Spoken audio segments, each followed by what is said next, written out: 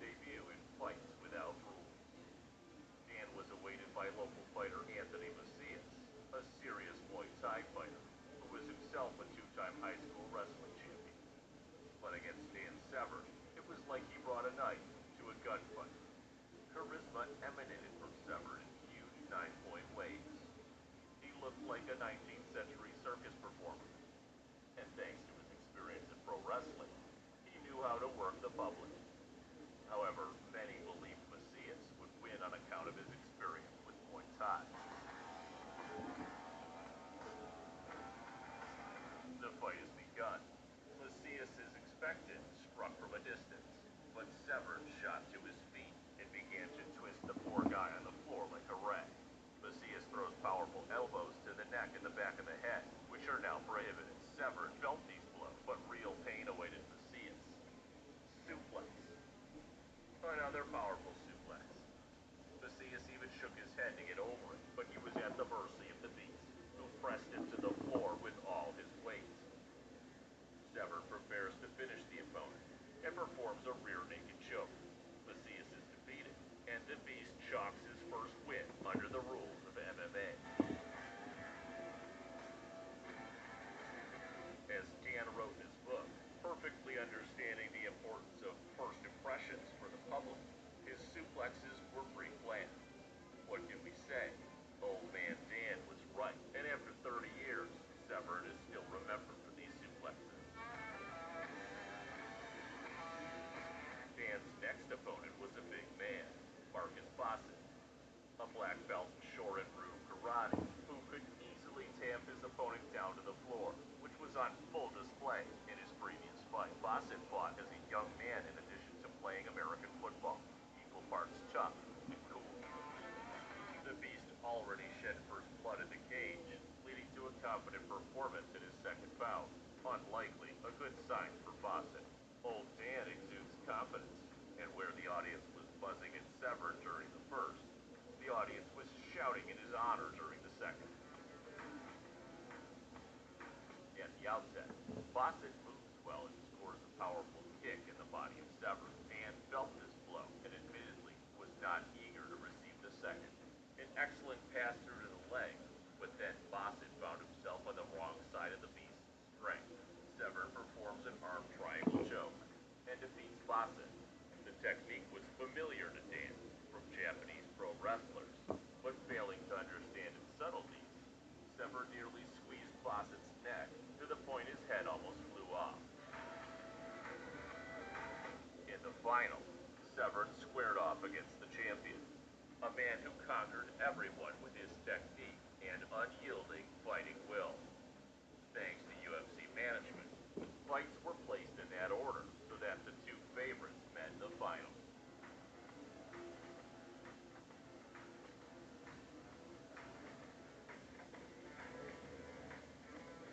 The beast enters the octagon with supreme confidence. The late Helio Gracie, watching alongside, understood just how dangerous this man was. Awaiting was a black belt style fight and years of experience in Vale Tudo of the Gracie family against the big mustachioed pro wrestler.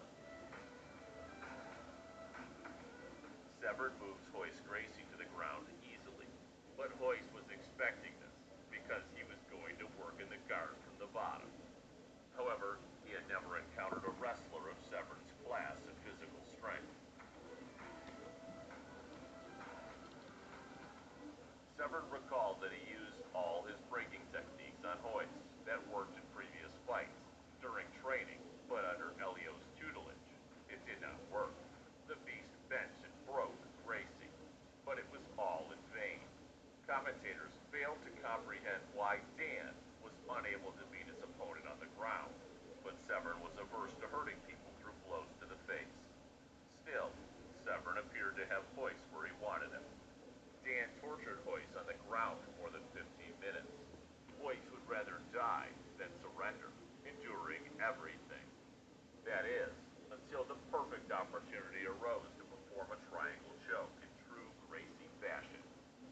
Royce sprung his Brazilian trap on Severn in the 16th minute of the fight.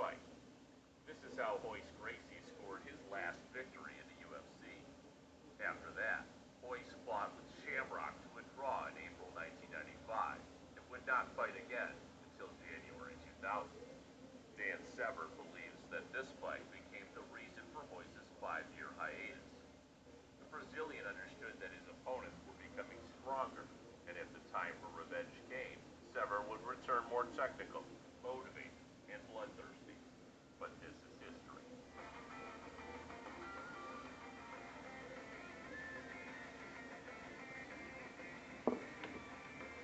4 months later, Dan Severn returned to the octagon, and in his opening bout, he made such a big splash that the UFC 5 tournament became nicknamed the Return of the Beast.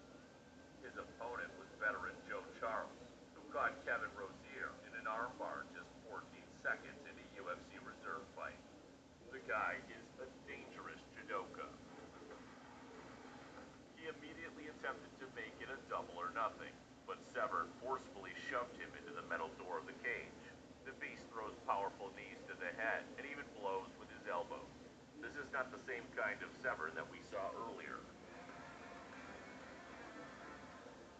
Charles grabbed the cage, but the Beast literally rips him from it. The brutal power of an old school wrestler. And this is my favorite rear naked choke performed by Severn.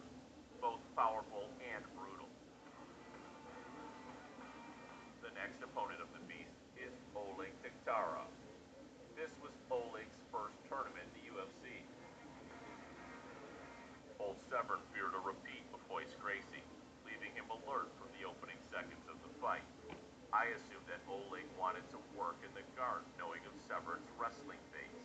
But the Beast grabs Taktarov by the neck and lands a knee to the head.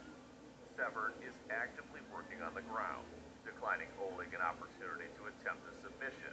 The difference in physical strength is colossal, but few people know about Taktarov's willpower and ability to withstand hell in order to snatch a victory. The Beast had realized that it was impossible to finish off Oleg quickly and began to work more calculated. Oleg is trying to apply an armbar from his back, the most dangerous moment for Severn. The hand of the Beast is in a trap, but he found a way out with knees to Oleg's head. Ultimately, the undoing of the Russian fighter. Dan Severn confidently dominates on the ground, and now he threw the heaviest blows with his head. Taktarov's face turned into a bloody mass. Realizing that Oleg was not going to give up, Big John McCarthy decided to stop the fight himself. The bloody Severn shouts to an audience elated with what can only be described as a massacre. Dan Severn tallied one of the loudest victories of his career. Taktarov's will to win was on full display. No one knew that these two old school stars were destined for a rematch that proved to be an even more brutal fight. Severn had a final fight against the tough grappler, Dave Beneteau. Beneteau was good on the ground and threw awesome blows as one hefty brute. This fight was not an easy one, but the Beast had an old school plan, ingenious in its simplicity. Dave aggressively punches from clinches with a right hook. Then he throws solid uppercuts near the ropes.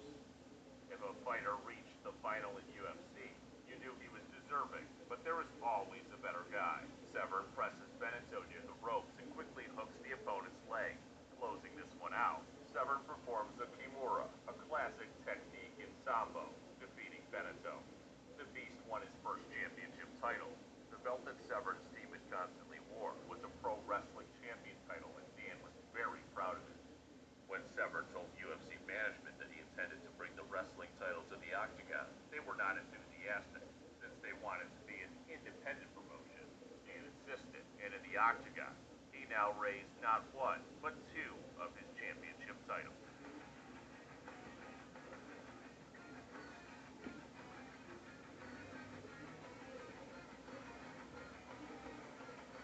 In December